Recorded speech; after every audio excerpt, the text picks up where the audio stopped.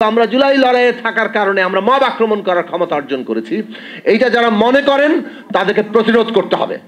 বাংলাদেশ যে ঐতিহাসিক পর্বে আছে, যেখানে বাংলাদেশ রাষ্ট্রের একটা নতুন পুনর্গঠন চলছে, সেই পুনর্গঠন পর্বে গণমাধ্যমের কি ভবিষ্যৎ হবে?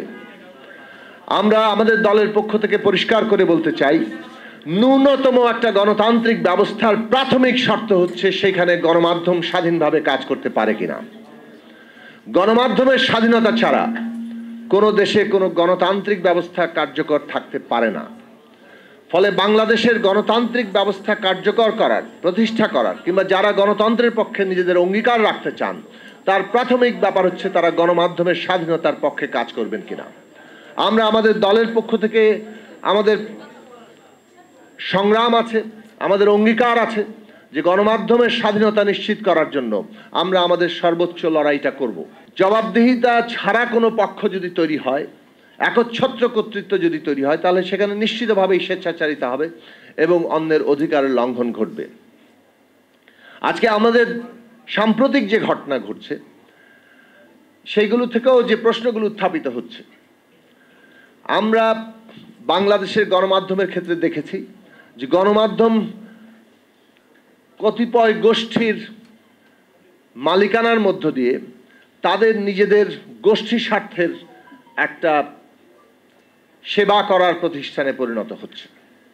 সেইটা বন্ধ হওয়া দরকার।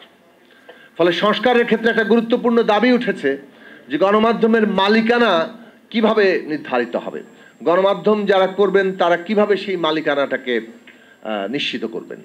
ব্যক্তি চাইলেন, অনেকগুলো গণমাধ্যম খুলে ফেললেন, এই জায়গাটা বন্ধ হওয়া দরকার।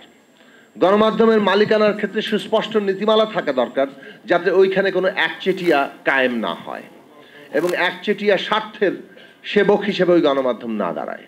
এখন কোনো জায়গায় মব আক্রমণের হুমকি দিলে তো সেই জায়গায় কার্যকর হয়ে যাচ্ছে, ভয়ের চোটে কারো চাকরিতে খেয়ে দেওয়া হচ্ছে।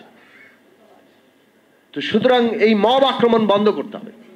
রাষ্ট্র যদি মব আক্রমণ বন্ধ করতে না পারে, তাহলে রাষ্ট্রেরই তো অস্তিত্ব থাকে না। রাষ্ট্র তো এইখানেই তৈরি হয়েছে যে নানান পক্ষের যে নানা ধরনের দ্বন্দ্ব, সংঘাত, মারামারি, এমনকি খুনোখুনি, সেইখানে সে একটা মীমাংসার জায়গা আনবে।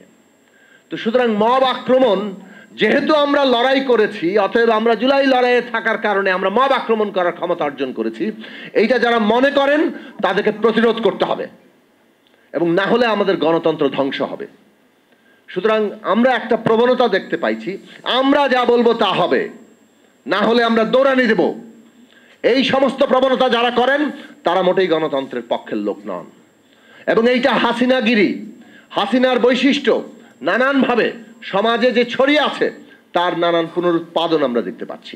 রাষ্ট্র এমন কোনো আইনই করতে পারবে না যে আইনের জায়গাতে আসলে কোনো না কোনোভাবে সে গণমাধ্যমের স্বাধীনতাকে খর্ব করে।